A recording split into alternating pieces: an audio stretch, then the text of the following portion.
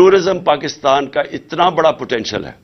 اور میں نے یہاں آسٹریا سے وہ آیا ایکسپرٹ ہے ریزورٹس کا, آسٹریا میں سکینگ کے وہ ایکسپرٹس ہیں, اس نے مجھے کہا کہ پاکستان دنیا کا سکینگ کیپٹل بن سکتا ہے, کیونکہ ہمارے پہاڑ بڑے اونچے ہیں تو وہاں برف بڑی دیر تک رہتی ہے.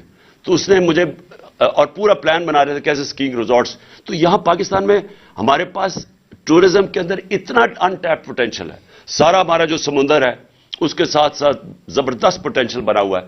سو ٹورزم کے اوپر, کیونکہ وہاں سے ڈالرز آئیں گے باہر سے, اور میں بات کر رہا ہوں کہ مڈل ایسٹ سے, جو مڈل ایسٹ ہے وہ لوگ مسلمان ملکوں میں جانا چاہیں گے ٹورزم کے لیے. اس وقت وہ جاتے ہیں آذربائیجان, لیکن جو پاکستان ہے اس میں بہت مڈل ایسٹ کے لیے بڑی اٹریکٹو پہاڑ ایسے ہیں جو بڑا انٹرسٹ تو ہم کر سکتے ہیں. تو ٹورزم کے اوپر اسپیشل زون بنانے پڑیں گے, ٹورزم زونز, اور یہاں سے ہم بہت زیادہ ڈالر انکم اپنی بڑھا سکتے ہیں.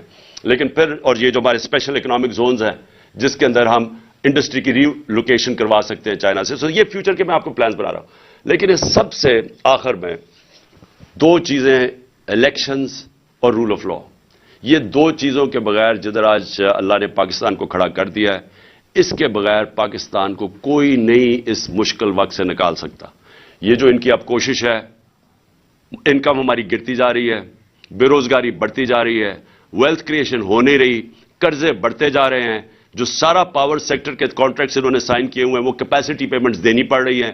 پیسہ ہے نہیں بجلی استعمال کرنے کے لیے, پیسہ ہے نہیں کہ ہم باہر سے جو امپورٹڈ فیول کے اوپر یہ پاور اسٹیشن چلانا ہے وہ ہم چلا نہیں سکتے. تو ایک طرف لوڈ شیڈنگ ہو رہی ہے, دوسری طرف کیپیسٹی پیمنٹس دے رہے ہیں کیونکہ ہمارے پاس پیسہ ہی نہیں ہے امپورٹڈ فیول کے لیے. سو پاکستان جدھر آج انہوں نے پھنسایا ہوا ہے اس کے لیے بڑے چینجز کرنے پڑیں گے. جس طرح ہم نے اپنی گورنمنٹ چلانی ہے, لیکن وہ شروع ہوگا فری اینڈ فیئر الیکشن سے, اور پاکستان میں رول آف لا اسٹیبلش کرنا اب ناگزیر ہو چکا ہے.